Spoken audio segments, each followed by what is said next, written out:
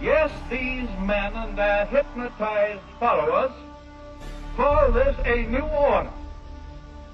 It is not new, and it is not order.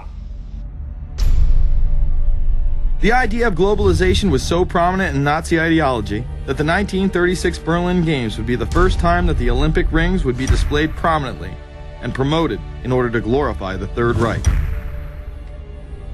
This symbol represents the 5 major regions of the world: Africa, America, Asia, Europe, and Oceania, interlocking and coming together as one. This one world philosophy still defines the Olympic Games today. Australia, hello and welcome. One world, one dream. Hitler's methods of youth corps, concentration camps, eugenics, and military aggression were so visible to the rest of the world, he eventually failed. However, his vision of a new world order lived on. Author H.G. Wells, the man behind The Time Machine and War of the Worlds, would write about a planned world state in which there must be a common faith and law for mankind. In 1939, he would publish a full book on the matter called The New World Order. Wells again has a similar vision, stating that national individualism has to go and that sovereign states must end. He then goes on to write, in the great struggle to evoke westernized world socialism, contemporary governments may vanish. Perhaps his most chilling prediction is that countless people will hate the New World Order, be rendered unhappy by frustration and their passions and ambitions through its advent, and will die protesting against it. Many of them quite gallant and graceful-looking people. Collectivism is that concept where individuals are considered to be discardable, and that the group is more important, and that the ultimate group, of course, is the state. And so it boils down eventually to the fact that the state is the all-important unit of society, and citizens exist only to serve the state. Other men of prominence would also promote a New World Order during the 1960s, including industrialist and former New York Governor Nelson Rockefeller. These are some of the reasons pressing us to lead vigorously towards the true building of a New World Order. Rockefeller would also become vice president under Gerald Ford. Religious leader Pope Paul VI, delegates to international organizations, public officials, gentlemen of the press, teachers and educators, all of you must realize that you have your part to play in the construction of a new world order. As well as former President Richard Nixon. And the hope that each of us has to build a new world order. However, Nixon was largely a mouthpiece for his most dominant advisor, Secretary of State Henry Kissinger. Kissinger may be the most vocal proponent for a new world order of his era. He has called for it time and time again, in policy papers, meetings, and interviews. Time magazine recognized both Nixon and Kissinger as Men of the Year after announcing their New World Order in China.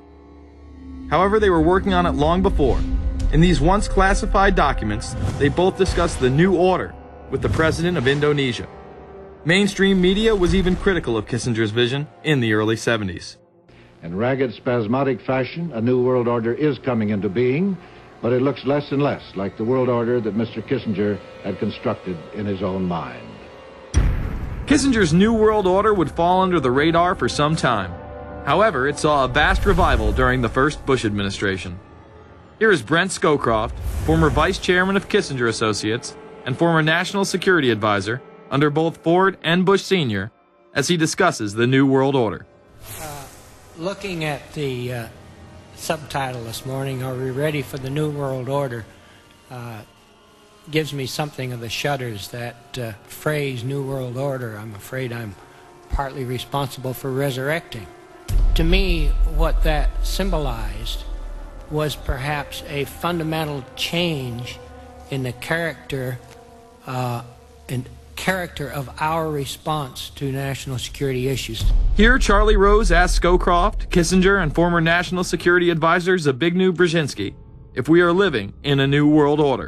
Where are we as we think about this time in American foreign policy? Are we at a special moment which is being redefined? Or are we creating a new world order? We're at a moment when the international system is in a period of change like we haven't seen for several hundred years. In some parts of the world, the nation state on which the existing international system was based is either giving up its traditional aspects, like in Europe, or as in the Middle East. George H.W. Bush would campaign for a new world order like no other president before him. He would openly discuss it during his State of the Union address. What is at stake is more than one small country. It is a big idea, a new world order, where diverse nations are drawn together in common cause to achieve the universal aspirations of mankind. Again, a unified Europe was a major goal in creating this order. With few exceptions, the world now stands as one. A year and a half ago, in Germany, I said that our goal was a Europe whole and free. Tonight, Germany is united. Europe has become whole and free. The world can therefore seize this opportunity to fulfill the long-held promise of a new world order. We can find meaning and reward by serving some higher purpose than ourselves. A shining purpose, the illumination of 1,000 points of light. Bush Sr. and his administration would tour and promote this agenda across the board at any given opportunity. The President has spoken often of a new world order. And we have an unprecedented opportunity to build a new era of peace and prosperity here and abroad, to build a new world order. It's my understanding, I think that the President, and I don't know the context of how it came up in his speech last night in New York, said that China must be a part of the new world order. I guess I would like to ask you how you envision China fitting into the new world order. It is a country that we are going to have relationships with by virtue of its geopolitical importance. American officials say breaking down regional and national barriers to the flow of goods and services would represent a spectacular benefit to economies around the world. We are building a new world order. Bush would actually make a commencement address at Maxwell Air Force Base declaring the birth of this order. And that's why I wanted to speak to you today about the new world taking shape around us, about the prospects for a new world order now within our reach. In the coming weeks, I'll be talking in some detail about the possibility of a new world order emerging after the Cold War. But today, I want to discuss another aspect of that order. You see, as the Cold War drew to an end, we saw the possibilities of a new order in which nations work together. It refers to new ways of working with other nations to deter aggression and to achieve stability. As old threats recede, new threats emerge. The quest for the new world order is in part a challenge to keep the dangers of disorder at bay. We must build on the successes of Desert Storm to give new shape and momentum to this new world order.